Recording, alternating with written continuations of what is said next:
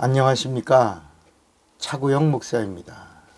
오늘은 하나님의 존심에 대하여라는 제목으로 말씀을 나눌 때 큰 은혜가 되시기를 바랍니다. 혹시 여러분에게도 자존심 있죠? 그죠? 저도 있습니다. 누가 내 자존심 건드리면 어떻습니까? 화가 나죠? 그죠? 왜 그러십니까?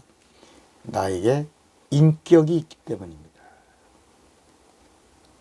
하나님도 인격의 하나님이십니다. 하나님도 누가 내 자존심을 건드리면, 하나님의 자존심을 건드리면 하나님도 화를 내십니다. 그럼 하나님의 자존심은 어디에 있습니까? 성경을 보니까 하나님의 자존심은 하나님의 말씀이라고 말씀합니다. 하나님의 말씀에 하나님의 자존심이 가득합니다.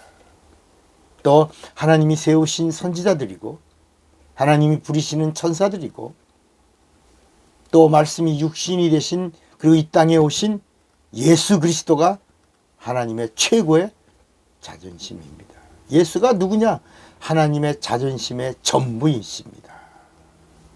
하나님의 말씀을 거역하는 것은 내 영혼이 영원히 죽으려고 작정한 것입니다.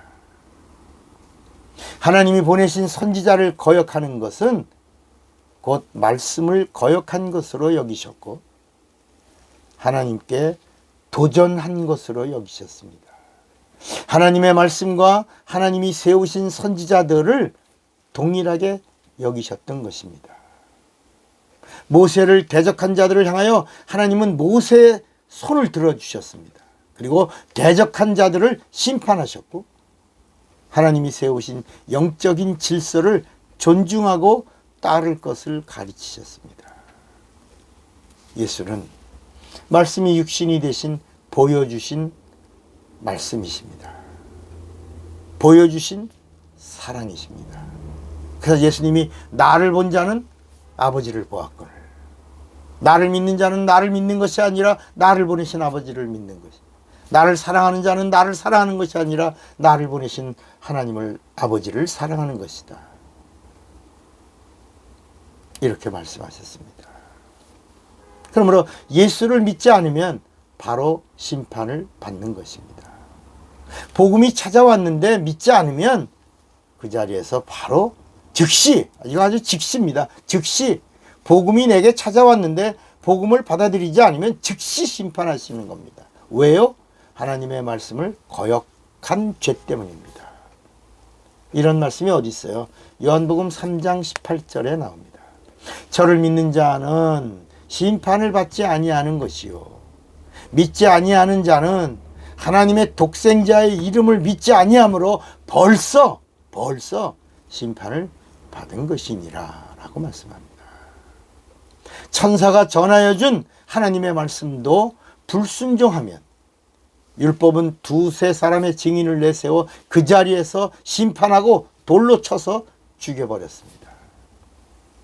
하물며 하나님이 직접 육신을 입으시고 이 땅에 오셔서 하신 말씀을 이루시려고 말씀을 보여주셨고 그 말씀대로 죽으셨고 그 약속대로 부활하시고 그리고 예수께서 하나님 되심을 증거하셨는데도 믿지 않는다면 하나님은 이 믿지 않는 불신앙을 가진 자들을 심판하시는 겁니다.